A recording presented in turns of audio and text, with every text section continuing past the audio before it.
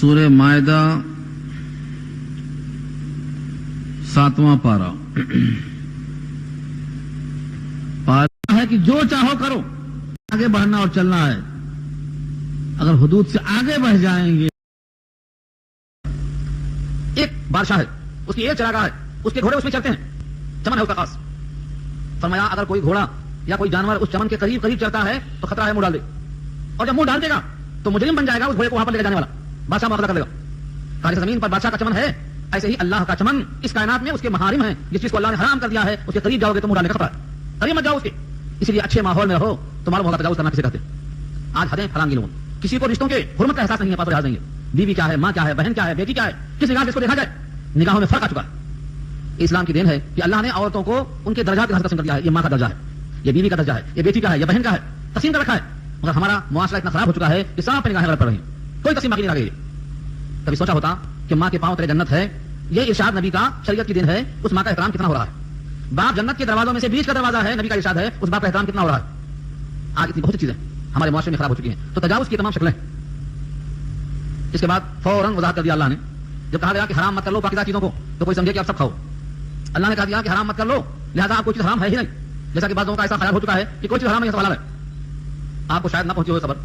ہم بچپن میں ایک مناظرے میں گئے تھے، مناظرے میں ہم سے اس وقت حافظ ہوئے تھے، عالم کی کوئی داخلہ نہیں ملا تھا ہمارا، یا مل گیا تھا.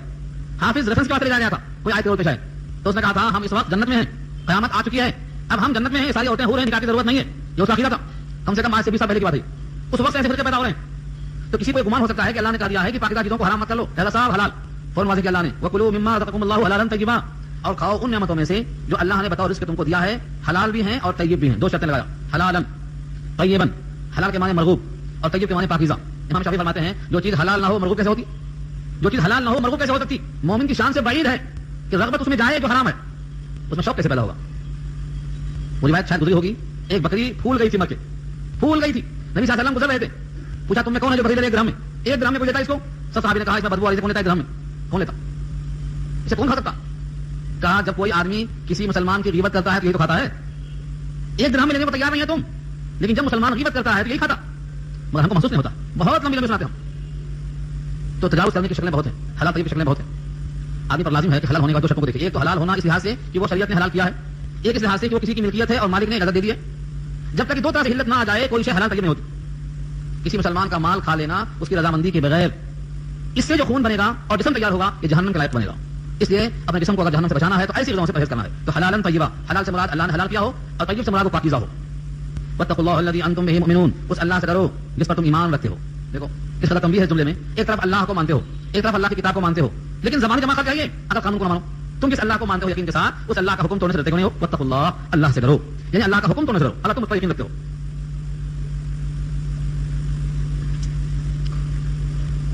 عام طور سے کیا ہوتا، کوئی آدمی کسی حرام شے کو حلال کرنے کے لیے یا حلال کو حرام کرنے کے لیے قسم کھا لیتا ہے. قسم کھا لیتا ہے، مثلا یوں کہتا ہے میں آج سے قسم کھاتا ہوں کہ میں گائے کا گوشت نہیں کھاؤں گا. اس قسم کو ڈھال بنا کر ایک حلال شے کو حرام کر لیا. یا کوئی کہتا ہے میں قسم کھاتا ہوں آج سے بیوی کے پاس نہیں جاؤں گا. یہ طلاق تو نہیں ہے، لیکن اگر 1 مہینہ تک بیوی کے پاس نہیں گیا تو ایلا ثابت ہوگا، اور ایلا سے بھی طلاق پڑتی ہے. ایلا کو نہیں جانتے لوگ، جیسے بہت سے لوگ ایلا کا مشابہ ایک اور لفظ ہے، اکثر و بیشتر لوگ غلطیاں کرتے ہیں جس کو ہم زہار کہتے ہیں. گزشتہ 2 ہفتہ پہلے بات آئی تھی زہار کی. کوئی بیوی سے مخاطب ہو کے بولتا ہے تو میرے لیے میری ماں کی طرح ہے، میرے بہن کی طرح ہے. یہ کیا ہے؟ جو شے پہلے سے حرام ہے اس سے تشبیہ دیا. اگر اس نے نیت طلاق کی کری تو طلاق پڑ جاتی، اور اگر طلاق کی نیت نہیں ہے تو اس نے بری بات کہا. اس کا وبال کیا ہوگا؟ کفارہ دینا پڑے گا. کفارہ زہار کیا ہے اس سے پہلے بات آ چکی ہے تفصیل سے اس کی. جیسے کفارہ زہار ہے ویسے یہ بھی ہے ایلا. ایک مثال ہے، ایک شخص قسم کھا لیتا ہے کہ میں فلاں حلال شے کو نہیں کھاؤں گا. بلکہ حیرت تو یہ ہوتی ہے بعض لوگ قسم کھا لیتے ہیں میں آج سے نماز نہیں پڑھوں گا. کیوں؟ کسی نمازی سے کوئی تکلیف پہنچ گئی، کسی نمازی سے کوئی تکلیف پہنچ گئی تو قسم میں کھا لیا میں آج سے نماز نہیں پڑھوں گا. کسی نے کو دیکھا داڑھی والا ہے مگر گاڑی بک دیا، حاجی ہے حج میں گاڑی دے دیا تو بولتا میں گاڑی دیکھوں گا، میں حج نہیں کروں گا. مطلب یہ ہے کہ بہت سی حلال چیزوں کو اس لیے قسم کھا کے حرام کرنا چاہتا ہے کہ کسی ایک شخص سے تکلیف پہنچ گئی. تو کسی حلال کو حرام کرنے کے لیے قسم کھایا ہے تو اس کے واسطے حکم صاحب نے آ گیا ہے. قسم کا حکم آ گیا. قسم کی تعریف کیا ہے، قسم کی قسمیں کیا ہیں، قسم کا کفارہ کیا ہے، قسم کا کفارہ دینا واجب کب ہو جاتا ہے، قسم خرید توڑنا کب ضروری ہو جاتا ہے. یہ سب شکلیں پیش کر دیا اللہ نے. اور اس سے پہلے بات آ چکی ہے کہ ایک حلال شے کو مثلا شہد کو نبی صلی اللہ علیہ وسلم نے قسم کھا کے حرام کر لیا تھا.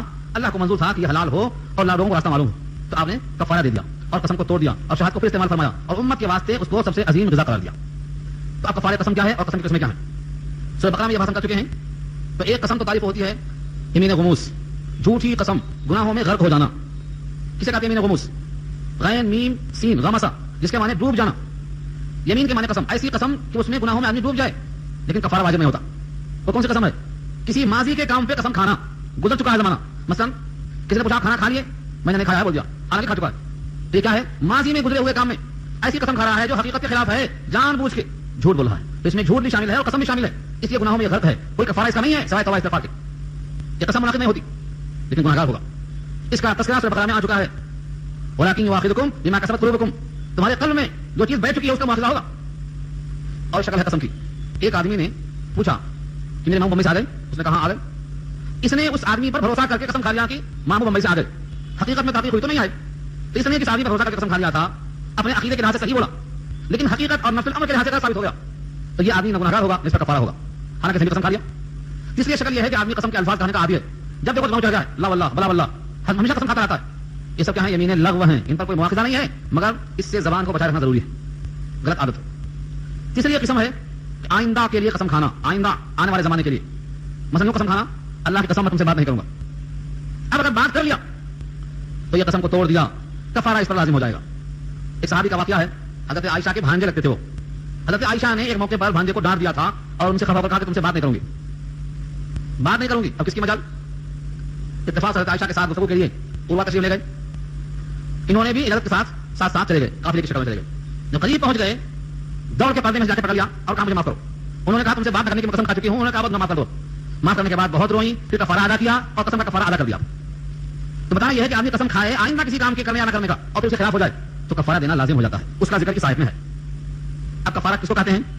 پہلی قسم یمین غموس کہلاتی ہے, دوسری لغو کہلاتی ہے, تیسری جو آئندہ زمانے میں کھائی جائے وہ یمین منعقدہ کہلاتی ہے, یہ منعقد ہو جاتی ہے. اب یہ صاحب آئے تھے, انہوں نے آج سوال کیا, وہاں پہ میں بیٹھا اتفاق سے, وہ جدہ سے آئے تھے اور کہا سوال کرتا ہوں, تم میں سے کوئی اگر جواب دے دیا تو ٹھیک ہے, ورنہ ایک سال تک سوچنے کا موقع دیتا ہوں. پورے طلبہ اساتذہ مدرسے کے اندر سب پریشان, کیا سوال ہوا نہیں معلوم. انہوں نے سوال یہ کیا کہ ایک آدمی نے اپنے منہ میں ایک کھجور ڈال لیا اور بیوی سے کہتا ہے اگر میں یہ کھجور تھوک دوں تو تجھ پر طلاق, اور اگر اس کو میں کھا جاؤں تو تجھ پر طلاق. اب بیوی کو طلاق سے بچانا ہے, کیا کرے؟ اور یہ آئندہ کے لیے ہے, قسم منعقد ہو جاتی, کیا کرے گا؟ طلبہ اساتذہ پورے پریشان. کتاب میں کامل یہ مسئلہ, لیکن اللہ کا فہم بہت اچھا ہے. اگر آدمی خلوص دل سے سوچے تو شریعت میں اتنے راستے نکلتے ہیں کہ اندازہ نہیں آپ کو. اس مجمع کے اندر میں بھی بیٹھا تھا, میں نے کہا حضرت میرے حساب سے تو آدھا کھایا, آدھا تھوک دے, آدھا کھا لے آدھا تھوک دے, نہ وہ بات ہے نہ یہ بات ہے, اتنا میں بات. یہ ہمارا اپنا ذہن تھا, کتاب نے بات ہے. انہوں نے خود کہا کہ میاں ایسا ہی لکھا ہے شامی میں, مسئلہ وہاں ایسا ہی لکھا ہے. حالانکہ شامی کی شکل دیکھتے ہیں اس وقت, شامی کیا ہوتی, نہ شامی نہ حجازی. تو آدمی اگر دماغ لگائے تو اللہ راستہ کھولتا ہے, اور یتق اللہ یجعل لہ مخرجا, راستہ کھل جاتا. تو قسم سے بچنے کے لیے ایسے بہت سے واقعات ہیں. یا زبان پہ بار بار عادت پڑ گئی ہے تو اللہ کو کہلائے گی, ولکن یؤاخذکم بما عقدتم الايمان, لیکن تمہارا وہ مواخذہ کرے گا ان قسموں پر جن کو تم نے مستحکم کیا ہے. عقدتم نے مستحکم کیا ہے تم نے, الایمان قسموں کو. آئندہ کی قسم کھایا آپ نے, آئندہ میں ایسا کام کروں گا. آئندہ کے بارے میں کوئی قسم کھاؤ تو انشاءاللہ کے ساتھ کھایا کرو. انشاءاللہ کے ساتھ کھاؤ گے تو فائدہ ہوگا, ایک تو راستہ نکل جائے گا, اور دوسرے اللہ نے اگر نہیں چاہا وہ کام نہیں ہوا تو آپ قسم سے بچ جائیں گے. کتنا ہی اسباب سامنے ہوں لیکن بغیر بھروسہ کیے اللہ کے مشیت پر قسم نہیں کھانا چاہیے. اب اگر قسم کھا لیا تو کیا کرے؟ کیا کفارہ ہے؟ فکفارتہ, تو اس کا کفارہ ہے. کفارہ کسے کہتے ہیں؟ کفارہ دور کرنا, کفارہ وہ عمل جو اس کے گناہوں کو دور کر دے, اسے کفارہ کہا جاتا ہے. کسی نے مسجد میں تھوک دیا, کیا کفارہ ہے اس کا؟ مسجد کو کیا کفارہ؟ اس کو مٹی ڈال کے ڈھانپ دے, مٹی ڈال کے ڈھانپ دے. وہ کون سی مسجد میں؟ یہ جہاں فرش بچھائی ہے, جس کا حال نہیں ہے, یہ حال ہے مسجد نبوی کا جو زمین کچی تھی. اگر کوئی تھوک دیا تو مٹی سے اس کو ڈھانپ دے, یہ کفارہ تھا اس کا. ایک روایت پڑھا, آج ہی پڑھا, شام میں مطالعہ کرتے کرتے گزری فتاوی رحمیہ کے حوالے سے. ایک صاحب نماز پڑھ رہے تھے, انہوں نے قبلے کی سمت میں تھوک دیا. پتہ نہیں وہ مسجد تھی کہ کوئی گھر تھا. اغلب یہ ہے کہ کوئی مسجد تھی, مگر زمانے میں مسجدوں کا ایسا نہیں تھا, کھلی تھی, زمین کچی تھی, تھوک دیا قبلہ کی طرف. نماز میں تھوکا یا نماز کے باہر تھوکا, اس کا موجود نہیں ہے, لیکن نبی صلی اللہ علیہ وسلم نے دیکھ لیا. اب ہمارا کہ آئندہ سے یہ شخص نماز نہ پڑھے. دوسری نماز کا جب وقت آیا اور وہ آگے بڑھنا چاہے تو لوگوں نے کہا حضور نے ایسا کہا ہے آپ کے بارے میں. پیچھے ہٹ گئے اور جا کے نبی کی بارگاہ میں واقعہ پوچھا. فرمایا ہاں تم نے قبلے کی طرف تھوکا تھا, اس وجہ سے میں نے یہ فیصلہ ثابت کر دیا ہے. تو بظاہر قبلے کی سمت میں تھوکنا چھوٹا سا معلوم ہو رہا ہے, لیکن اس کی وجہ سے وہ شخص نبی کی نگاہ میں امامت کے لائق نہیں رہ گیا. اور آج کیا ہے ہمارا, جو سب میں سستا مل جائے اسے لے آؤ, کام چلانا ہے نا مسجد کا. حالانکہ حضور کا حکم یہ ہے کہ نماز سب سے عظیم عبادت ہے, اور یہ نماز پڑھانے والا تمہارے اور اللہ کے درمیان واسطہ ہے.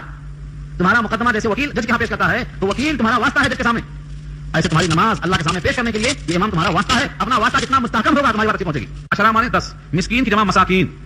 مسکین میں فقیر میں کیا فرق ہے؟ یہ بحث 10واں پارہ سورۃ توبہ میں انشاءاللہ آئے گی, لیکن عرض کر دوں اشارے میں, مسکین وہ ہے جس کے پاس کچھ نہ ہو, اور فقیر وہ ہے جس کے پاس کم از کم ایک دن کا کھانا ہو یا ایک وقت کا کھانا ہو. بعض لوگوں نے اس کا الٹا بھی کہا ہے, لیکن صحیح یہی ہے. جنہوں نے اس کا الٹا کہا ہے انہوں نے مثال دی حضرت موسیٰ کی. جب وہ مصر سے جا کر مدین جا رہے تھے اور راستے میں حضرت شعیب کی بیٹیاں ملی تھیں تو موسیٰ کے ہاتھ میں کچھ نہیں تھا اور دعا کرتے فرمایا رب انی لما انزلت الی من خیر فقیر، تو انہوں نے اپنے آپ کو فقیر کہا، مسکین نہیں کہا. تو کچھ بھی ان کے پاس نہیں تھا تو وہ فقیر ہو گئے، جس کے پاس ایک وقت کھانا موجود ہو مسکین کہلاتا ہے. بہرحال دونوں میں کوئی فرق نہیں ہے. کھانا کھلانا 10 مسکینوں کا. کیسا کھانا؟ ایسا ویسا اترا ہوا نہیں. جو کھانا تم کھلاتے ہو اپنے گھر والوں کو ان میں سے اوسط درجے کا.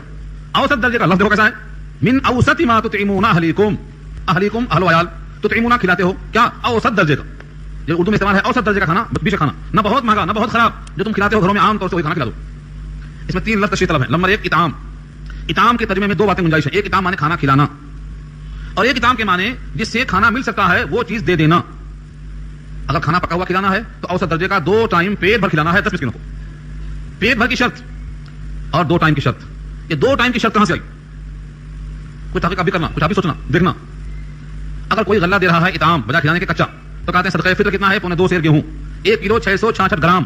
اتنا گیہوں دے دے ایک فقیر کو، ایسے 10 کو دے دے، یا 10 کا حصہ 1 کو دے دے، دونوں جائز ہے. امام شافعی کے نزدیک بہتر یہی ہے کہ 10 کو دے. اگر دینا ہے غلے کی شکل میں تو 10 کو دے، اور کھانا دینا ہے تب تو 10 کو دینا ہی پڑے گا. اور ہمارے پاس کیا ہے، کھانا کھلا رہا ہے تو 10 کو کھلائے، اور اگر غلہ دے رہا ہے تو 10 کا غلہ 1 کو دے سکتا ہے. اس میں تسلسل کی شرط ہے. بعض روایتوں میں ہے کہ 10 مسکین کھانا کھلائے. اگر کوئی کبھی 1 مسکین ہے، آج 1 دن کھلائیں گے، کل کھلائیں گے، پرسوں کھلائیں گے، 10 دن تک کھلاتے رہیں گے، تو 10 مسکین نہیں ہوئے، 1 مسکین 10 دن کھایا ہوا. پکڑنے والے کہیں گے حکم یہ ہے عشرۃ مساکین، 10 مسکین کو کھانا دو، 10 محتاجوں کو کھلاؤ. اور آپ نے کھلایا کس کو؟ 1 کو کھلایا 10 دن. حکم تھا 10 کو کھلاؤ، آپ نے 1 کو کھلایا، تو خرچہ ہوتے ہیں، وہ فائدہ کیا ہوا؟ اس سے اخذ کیا ہے کہ بہتر طریقہ یہ ہے کہ 10 کو پکڑو کھلا دو، سبحان اللہ، بالکل 1 ٹائم کھلا دو. 1 ٹائم سے مراد کیا ہے؟ 1 دن 2 ٹائم کھلائیں گے. آپ غلہ دینا ہے تو 2.25 سیر گیہوں دیں گے، کھلانا ہے تو 2 ٹائم کھلائیں گے، پیٹ بھر کھلائیں گے. اگر کوئی شخص کہے کہ اتنا غلہ ہم کو کھلانے کے واسطے ٹائم نہیں ہے یا پیسہ نہیں ہے، تو دوسرا درجہ کیا ہے؟ او کسوتہم، یا ان کو کپڑا پہنا دو. 10 کو کپڑا پہنا سکتے ہیں. کپڑے میں کیا ہے؟ 1 کرتا اور تہبند، یا پھر کرتا اتنا لمبا کہ نیچے تک پہنچ جائے، 1 ہی کافی ہے، پھر 1 کپڑا دے دیا. اس کی بھی گنجائش نہیں ہے. او تحریر رقبہ، 1 غلام کو آزاد کر دینا. کہیں گے ہم سب غلام خود ہی ہیں، ہم کیا کریں گے آزاد؟ کہاں سے غلام لائیں گے؟ آج تو سارے عربوں کو غلام بنا لیا یہودیوں نے. آج ہم تو غلام خود ہو جا رہے ہیں، اس لیے کہ ہمارا عقیدہ اور ہماری فکر اور ہمارا اتحاد انتشار کا شکار ایسا ہو گیا ہے کہ ہم بکھر گئے. آج تک سب کچھ ہونے کے باوجود خالی میٹنگ چل رہی ہے. یہ کب تک میٹنگ ہوتی رہے گی؟ کیونکہ میٹنگ میں کچھ خرچہ لگتا نہیں، بیٹھے کھائے چلے، نشستن گفتن برخاستن ہمیشہ ہوتا رہے گی. حالانکہ مسلمانوں کے ہاتھ میں جب تک قوت نہیں آئے گی کوئی ان کی بات سننے والا نہیں ہے، کوئی سننے والا ان کی بات. سورہ انفال کی آیت روزانہ پڑھ کے سونا تاکہ دل میں جگہ بن جائے. وَأَعِدُّوا لَهُم مَا اسْتَطَعْتُم مِّن قُوَّةٍ وَمِن رِّبَاطِ الْخَيْلِ تُرْهِبُونَ بِهِ عَدُوَّ اللَّهِ وَعَدُوَّكُمْ. یہ آیت سورہ انفال کی روزانہ اتنا پڑھو کہ اس کا مضمون دل میں اتر جائے. اس کے سوا دوسرا کوئی راستہ نہیں ہے. اگر صرف مانگنے سے مل جاتا تو غزوہ بدر اور وحد اور حنین اور خندق اور غزوہ خیبر یہ سب منعقد نہ ہوتی. اپنا حق مانگنے سے اگر نہیں ملتا ہے تو چھینا جاتا ہے، اور چھیننے کے واسطے قوت لازمی ہے، اور قوت کے واسطے اتباع امام لازم ہے. اس کے بغیر کوئی شکل نہیں. تو تینوں شکلوں میں کھانا کھلانا، کپڑا پہنانا، غلام آزاد کرنا، ان تینوں میں سے کوئی چیز نہیں ہے تو غلام آزاد نہیں کر سکتا، کپڑا نہیں پہنا سکتا، کھانا نہیں کھلا سکتا. ان تینوں کی قدرت نہیں ہے تو کیا کرے؟ فرمایا فمن لم یجد، بس جو شخص کے نہ پائے اوپر کی تینوں چیزیں، یعنی حقیقت میں ان پر قادر نہ ہو. ایسا نہیں پیسہ ہے مگر خرچ کرنے کو دل نہیں چاہ رہا، غلام ہے نوکر اچھا ہے آزاد کرنے کو دل نہیں چاہ رہا، کپڑا ہے مگر دینے کو دل نہیں چاہ رہا، نہیں قدرت نہیں. فمن لم یجد، لم یجد مانے لم یستطیع، طاقت نہیں، قدرت نہیں. فصیام، بس روزہ رکھ لو، 3 ایام، 3 دن تک. ایام یوم کی جمع ہے، 3 روزہ رکھنا ہے. بعض روایتوں میں ہے کہ 3 روزے مسلسل رہنا ہے، یعنی کہ یہ جمعرات کو ایک، آئندہ جہاز میں کو ایک، ایسا نہیں، مسلسل روزے. ذالک کفارۃ ایمانکم اذا حلفتم، یہ ہے کفارہ تمہاری قسموں کا جب تم قسم کھا بیٹھو. اشارہ یہ ہے کہ قسمیں بار بار نہیں کھانا ہے. اگر کبھی کھا لو اتفاق سے تو اس کی حفاظت کرو. آپ کہیں گے یہ کہاں ہے؟ اگلا ٹکڑا تو وہی ہے نا، واحفظوا ایمانکم، حفاظت کرو اپنی قسموں کی. اور 2 شکلیں حفاظت کرنے کی، ایک تو بے موقع قسم مت کھاؤ، بار بار قسم کے الفاظ مت لاؤ. اور اگر قسم کی نوبت آ بھی جائے، قسم کھا بیٹھو تو دنیا کا نقصان کتنا ہی ہو جائے، اپنے قسم کا حفاظت کرو، قسم کا تحفظ کرو. یہ ہے واحفظوا ایمانکم. اور اگر قسم توڑنے کی نوبت آ جائے، مثلا تم نے اپنے کم علمی سے کسی حلال شے کے حرام کرنے کی قسم کھا لیا، تو تم نے یہ قسم کھا لیا مثلا میں بیوی کے پاس 1 مہینہ نہیں جاؤں گا. اب اگر تم نہیں جائیں گے تو طلاق پڑ جائے گی. اب کسی نے کہا کہ تمہارا قسم توڑنا ضروری ہے تاکہ طلاق نہ پڑے، کیا کریں گے آپ؟ شاید آپ کو یاد ہوگا نبی صلی اللہ علیہ وسلم کے پاؤں میں موچ آ گئی تھی، گھوڑے سے آپ گر گئے، پاؤں میں ورم آ گیا، تو آپ 1 مہینے کے واسطے اوپر کے حصے میں جس کو بولتے ہیں غرفہ، بالا خانہ، وہاں جا کر بیٹھ گئے اور 1 مہینے تک نہ اترنے کا عہد کر لیا. لوگوں میں شور ہو گیا کہ آپ نے اپنی بیویوں کو طلاق دے دیا. سب سے پہلے فکر مند ہوئے جناب عمر، کیونکہ ان کی بیٹی حفصہ رضی اللہ عنہا نبی کی زوجہ محترمہ ہیں، ان کو فکر ہوئی بیٹی تھی کہ اگر طلاق دی گئی اور طلاق کی نوبت آ گئی تو مطلب کچھ نہ کچھ گستاخی کی ہوگی. سیدھا اٹھایا لاٹھی اور حفصہ کے گھر پہنچے. کہا طلاق دی گئی؟ کہا نہیں معلوم. صحابہ کے پاس آئے، لوگوں سے پوچھا، نہیں معلوم. کھٹکا مارا، بلال نکلے، جا کے اطلاع دیا مگر آپ خاموش رہے. 1 بار 2 بار 3 بار تک خاموش رہے. جب چلنے لگے تو آواز آئی بلاؤ، اندر تشریف لے گئے. کھڑے کھڑے پوچھا اے اللہ کے نبی کہ آپ نے اپنی اولاد کو طلاق دے دیا ہے؟ فرمایا نہیں. کہا اللہ اکبر. حیرت میں استجاب میں کہ لوگوں میں کیا چرچا ہے اور خبر تو یہاں ایسی ہے. اس موقع پر جب تشریف لائے نیچے تو 29 تاریخ تھی چاند کی. کسی بیوی نے کہا آپ نے قسم کھایا تھا کہ 1 مہینہ نیچے نہیں اتریں گے اور ابھی 29 دن ہوا آپ تشریف لے آئے. آپ نے کہا کبھی کبھی مہینہ 29 کا ہوتا ہے, کبھی کبھی مہینہ 29 کا ہوتا ہے, یہ بخاری کی روایت ہے. تو اس طرح 1 مہینہ نہ آنے کے واسطے قسم کھائی جائے تو اس کو ایلا کہتے ہیں. اس ایلا کی مقدار تک اگر پہنچ گئے تو وہ کتنی ہے؟ للذین یؤلون من نسائہم تربص 4 اشہر, 4 مہینے.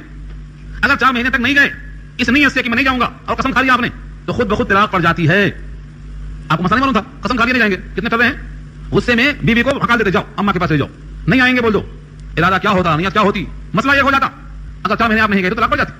مگر شرط یہ ہے کہ نیت یہ ہو کہ میں بیوی کے پاس نہیں جاؤں گا. کتنا فرق کریں گے آپ, جب مسئلہ معلوم ہوگا تو فرق کریں گے نا. اور مسئلہ کی خبر نہیں ہے تو کیا کریں گے, کلام باغ میں یہ ہے نہیں ہے یہ بھی خبر نہیں ہے, سورہ بقرہ میں ہے یہ. تو ایسے موقع پر قسم اگر کھا لی جائے تو قسم کو توڑ دینا چاہیے, کفارہ دے دینا چاہیے, یہ بہتر ہے. آگے اللہ فرماتے ہیں کذالک یبین اللہ, ایسا ہی اللہ بیان کرتے ہیں لکم تمہارے واسطے آیات ہی اپنی نشانیاں, لعلکم تشکرون, تاکہ تم شکر ادا کرو. یہ پورے قانون بتا دیا اللہ نے. قسم نہ کھاؤ, قسم کھائیں گے اگر لغو ہے تو معاف ہے, توبہ استغفار کر لو. یمین منعقدہ ہے تو کفارہ ادا کر دو. کفارے کی شکلیں یہ ہیں, یہ نہیں ہو سکتا تو یہ کرو, یہ نہیں تو یہ کرو, یہ نہیں تو یہ کرو. کچھ نہیں کر سکتے ہو تو اپنے جان کو پیش کر دو, روزہ رکھ لو. یہ سب کیوں بتایا اللہ نے؟ تاکہ بندہ شاکر ہو. اب یہاں سے شبہ پیدا ہوتا ہے کہ ہم نے حلال کو حرام کیا تو اللہ نے منع کر دیا, قسم کھایا تو اللہ نے منع کر دیا. اب ایک شکل اس میں اور بھی ہے کہ عام طور سے آدمی کچھ ایسی چیزوں کے قریب جاتا ہے جس سے یہ تمام قانون مقرر ہو جاتے ہیں. مثلا شراب پی لیا, جوا کھیلا, بت پرستی کیا, 500 کے تیر کا استعمال کیا, تو ان کی خرابیوں کا حال معلوم ہے آپ کو. خمر کو خمر کہتے ہی اسی لیے ہیں کہ وہ عقل کی اوڑھنی ہے, خمار اوڑھنے کو بولتے, اور شراب کو خمر کیوں بولتے ہیں کہ وہ عقل کی اوڑھنی ہے, اس پہ اوڑھنی پڑ گئی تو کام نہیں کرتی وہ عقل. پی لیا ہے اب گالی بکتا ہے, خبر نہیں کیا بول رہا ہوں میں, تو شراب مت پیو. میں صرف جوا ہے, جوا میں کتنی شکلیں ہیں وہ آپ بہتر جانتے ہیں. جتنے والے پر ہارنے والے کا غصہ لازمی ہوتا ہے. انصاب نسب کی جمع ہے, بت پرستی یہ تو سراپا شرک ہے. ازلام ظلم کی جمع ہے, 500 کے تیر قرآن جسے کیا جاتا ہے. ان تمام چیزوں میں ہمیشہ شیطان کا دخل رہتا ہے. یا ایھا الذین آمنوا, اے وہ جو ایمان لائے ہو, انما الخمر, بے شک شراب, والمیسر اور جوا, والانصاب اور بت پرستی, والازلام اور قرآن اندازی. کون سی قرآن اندازی؟ 500 کے تیر. یہ قرآن اندازی نہیں, قرآن اندازی کی شکل ہمارے پاس ہو تو جائز ہے. کب؟ جب سارے حصے برابر ہوں اور سارے جو لوگ شریک ہیں سب کے پیسے برابر ہوں اور قرآن اندازی کی جائے تو یہ جائز ہے. مثلا ایک گھر ہے, اس کے 4 فریق ہیں, گھر کے 4 حصے کیے گئے, چاروں حصے برابر ہیں, چاروں نے اپنے حصے کی گوٹی دے دیا, کسی نے ڈال دیا, تم اتر لے لو, تم تکین لے لو, جہاں جس کی پڑی وہ لے لو. یہ قرآن اندازی جائز ہے. شرط کیا ہے؟ سب کے حصے برابر ہوں اور حصہ بھی برابر برابر رکھا گیا ہو, 2 شرطوں کے ساتھ. اور یہاں جو کہا ہے وہ کون سا ہے؟ حضرت ابراہیم کی مجسمے کی شکل تھی, ان کے ہاتھوں میں کمان کا ترکش کا حصہ تھا, کسی میں لکھا ہوا ہے 2 حصے, کسی پر 3 حصے, کسی پر 1 حصہ, کسی پر 9 حصہ, کچھ بھی نہیں. آنکھ بند کیا اور نکالا, نکلا تم کو 4 حصہ, 4 حصہ ملے گا. نکلا کوئی حصہ نہیں, کوئی حصہ نہیں ملے گا. ایک اونٹ ذبح کیا, 4 آدمی نے, چاروں کا حصہ برابر لگا پیسوں کی شکل میں, لیکن حصہ ایک کو 4 ملتا ہے, کچھ بھی نہیں ملتا. یہ ہے ازلام. اللہ فرماتے ہیں جسم عمل شیطان, شیطان کا کام ہے, گندے کام ہے. فجتنبوہ, اس سے اجتناب کرو, اس سے بچو, لعلکم تفلحون, تاکہ تم فلاح پا جاؤ. انما یرید الشیطان, اس کے سوائے اور کچھ نہیں کہ شیطان تو چاہتا ہے ان یوقع بینکم العداوۃ, کہ واقع کر دے, ڈال دے تمہارے درمیان عداوت کو, والبغضاء اور بغض کو, فی الخمر والمیسر, شراب اور جوئے کے ذریعے, ویصدکم, اور تم کو روک دے, عن ذکر اللہ, اللہ کے راستے سے, وعن الصلاۃ, اور نماز کے راستے سے. دیکھو آپ جتنے بھی شراب پینے والے ہیں, پی کے نماز پڑھنے نہیں آ سکتے, پابند نماز کے نہیں ہو سکتے, اللہ کی یاد نہیں لے سکتے. اور جوا کھیلنے والے اتنا منہمک ہو جاتے ہیں کہ نماز نہیں, اللہ کی یاد نہیں, اس میں پڑ جاتے. یہاں سے اخذ کیا ہے کہ ایسا کھیل کھیلنا جس میں نمازیں چھوٹ جائیں, تلاوت چھوٹ جائے, کسی کا حق چھوٹ جائے, یہ جائز نہیں ہے, شیطانی کام ہے. ہاں کھیل ایسا ہو جو متعین وقت میں ختم ہو جائے, نمازوں کو ضائع کرنے کی نوبت نہ آئے, کسی کا حق نہ مارا جائے. جسمانی ورزش ہو, مثلا گھوڑ دوڑ ہو, تیر اندازی ہو, تیراکی ہو, لاٹھی کا کھیل ہو, ایسے کھیل جس سے جسامت کے ساتھ وقت کا تعین بھی ہو اور جس میں اللہ کی یاد سے غفلت نہ آنے پائے, ایسے کھیل جائز ہیں اور ان کھیلوں کو منع کر دیا ہے. اب پوچھے ہیں, سوال کیے ہیں, فہل انتم منتہون, کیا تم اب رکنے والے ہو نہیں ہو؟ تمہیں معلوم ہو گیا کہ شیطان ان 2 راستوں سے تمہارے درمیان بغض و عداوت ڈالنے والا ہے اور تم کو نماز سے روکنے والا ہے. کیا تم باز آنے والے ہو؟ کیا کہے گا مومن؟ انتہینا, ہم رک گئے, ہم شراب سے, ہم جوئے سے اور اللہ کی غفلت سے ہم رک گئے. واطیعوا اللہ واطیعوا الرسول, اطاعت کرو اللہ کی, اطاعت کرو رسول اللہ کی, واحذروا, اور احتیاط کرو. کس سے احتیاط کرو؟ کہیں رسول کی اطاعت سے انحراف لازم نہ آ جائے, اس سے احتیاط کرو. فإن تولیتم, بس اگر تم نے پیٹھ پلٹا لیا, اعراض کر لیا, رسول اللہ کی اطاعت سے انحراف کر لیا, فاعلموا, تو اچھی طرح جان لو, نوٹ کر لو, انما, اس بات کو کہ علی رسولنا, ہمارے رسول کے ذمہ ہے, البلاغ المبین, کھول کر پہنچا دینا, کھول کر پہنچا دینا ہی رسول کے ذمہ ہے. تمہارے انحراف سے, تمہارے اعراض سے, تمہاری بغاوت سے کوئی فرق نہیں پڑنے والا ہے. اب آگے ان کا حال بیان ہوتا ہے جنہوں نے کبھی کبھی پی لیا تھا, چک لیا تھا. ليس على الذين آمنوا وعملوا الصالحات جناح فيما طعموا إذا ما اتقوا وآمنوا وعملوا الصالحات ثم اتقوا وآمنوا ثم اتقوا وأحسنوا والله يحب المحسنين. نہیں ہے ان لوگوں پر جو ایمان لے آئے اور عمل صالح کیا کوئی حرج, کوئی گناہ, فيما طعموا, جس میں وہ کھاتے اور پیتے ہوں, إذا ما اتقوا, جبکہ انہوں نے تقوی اختیار کیا, وآمنوا, اور ایمان لے آئے, وعملوا الصالحات, اور نیک کام کیے, ثم اتقوا, پھر ڈرتے رہے اللہ سے, یعنی ایمان اور عمل صالح کے بعد بھی ڈرتے رہے, وآمنوا, اور پھر ایمان مسلسل رکھتے رہے, ثم اتقوا وأحسنوا, پھر اللہ سے ڈرتے رہے اور پرہیزگاری پر قائم رہتے رہے. واللہ یحب المحسنین, اللہ پسند کرتا ہے احسان کرنے والوں کو. اس آیت میں بہت طویل اشارہ ہے, کئی کلام ہے. مثلا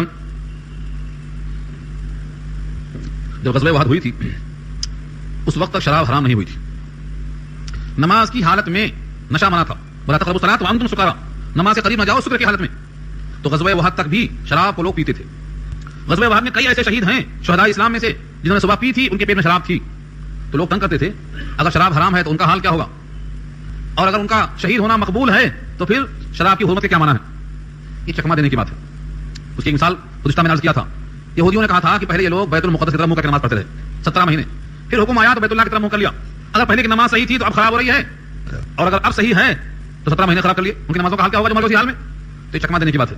مومن اللہ کے حکم کا پابند ہے. جب جیسا حکم تھا اسی کا پابند تھا. سن 5 ہجری سے پہلے شراب کی حرمت نہیں تھی تو اس کا پابند تھا. سن 5 کے بعد حرام ہو گئی تو اس کا پابند ہوگا. پہلے اگر پی لیا ہے اور اب توبہ کر لیا ان آیتوں کے بعد تو پہلے پیے ہوئے پر ہم کو اعتراض کرنے کا حق نہیں ہے. اگر کوئی اسلام میں داخل ہو جائے اور اسلام سے پہلے وہ کچھ برائیاں کرتا تھا تو ان برائیوں پر اعتراض کرنے کا حق نہیں ہے. اسلام سے پہلے کے تمام گناہ معاف ہو گئے. مگر ہمارے پاس کیا ہے, اگر کوئی آدمی کسی غلط کام میں مبتلا ہے, لاکھ توبہ کر لے, اللہ معاف کر دیں گے, مگر تانا دینے والے زمانے معاف نہیں کریں گے. یہ تو ایسا ہے. مجھے یاد پڑتا ہے نبی صلی اللہ علیہ وسلم نے اتنا سخت نوٹ لیا ہے اس چیز کا. حضرت عائشہ کے ساتھ حضرت صفیہ بھی تھی. صفیہ کا قد ذرا کم تھا, بہت حسین تھی. یہودی ایک تھا حیی ابن اخطب اور کعب ابن اشرف, یہ سردار تھے. وہ سرداروں میں سے ایک کی بیٹی ہیں یہ صفیہ بنت حیی ابن اخطب. ایک مرتبہ جناب عائشہ نے کسی موقع پر کہہ دیا آپ کو تو بس یہ کافی ہے. یہ انگوٹھے کو دکھا کر اشارہ کیا ان کی طرف, قد چھوٹا ہے ان کا. صفیہ کا قد چھوٹا تھا. یہ جملہ سن کر فرمایا نبی صلی اللہ علیہ وسلم نے عائشہ تم نے وہ بات کہی ہے کہ اگر اس کلمے کو سمندر میں کھول دیا جائے تو سمندر پورا کڑا ہو جائے گا. اب سوچ کر دیکھو کہ ہمارے معاشرے میں کیسا کیسا ماحول ہے. تو سابقہ گناہوں پر کسی کو طنز کرنے کا حکم نہیں دیا ہے. اگر شراب پہلے کسی نے پی ہے اور اربوں سے زیادہ کس نے پی ہے, ان کی تو کچھ بھی تھی وہ. بلکہ یہاں پہ لکھا ہے بادشاہ نے اگر ایک بار کی حرام کر دیتے تو شاید وہ لوگ انکار کر دیتے کہ ہم نہیں مانیں گے اس کو. اسی واسطے شراب کی حرمت کو ایک آیت میں نہیں, 2 آیت میں نہیں, 3 آیت میں نہیں, بتدریج اللہ نے ختم کیا اس کو. پہلے کہا یسألونک عن الخمر والمیسر, لوگ پوچھتے ہیں کہہ دو فیہما اسم کبیر, اس میں بڑا گناہ ہے, اور کہہ دو اس میں نفع بھی ہے لیکن نفع پر نقصان غالب ہے. یہ ہے دیکھو طریقہ پہلی بار کا. دوبارہ پھر یہ انداز آیا شیطانی کام ہے. تیسری بار کہا کہ کیا ان کے قریب ابھی جاؤ گے, اور اس سے پہلے کہا تھا کہ نماز کی حالت جب قریب آئے تو نماز کے قریب مت جاؤ نشے کی حالت میں, مطلب پہلے پی لو بعد میں پی لو. اتنی ترتیب کے ساتھ اللہ نے اس کو روکا ہے, تو حکمت ہے. تو سابقہ گناہوں پر طنز کرنا اس آیت نے ہمیں منع کیا ہے. ان پر کوئی حرج نہیں جو ایمان لائے, عمل صالح کیا اس معاملے میں جو انہوں نے کھایا اور پیا, جبکہ وہ متقی ہوں اور مومن ہوں اور عمل صالح کرتے ہوں, پھر انہوں نے تقوی اختیار کیا ہو, پھر ایمان لے آئے ہوں, پھر متقی ہوں, پھر پرہیزگار ہوں, تو اللہ دوست رکھتا ہے محسنین کو. اس کے پیچھے ایک واقعہ ہے, تفصیل طلب ہے, لیکن وقت ہو رہا ہے. اس واسطے انشاءاللہ میں اس واقعے کو آئندہ ہفتے میں پھر رکھتا ہوں تاکہ آپ کے سامنے واقعہ کے ساتھ اگلی آیت مربوط بھی ہو جائیں اور مستحضر بھی ہو جائیں.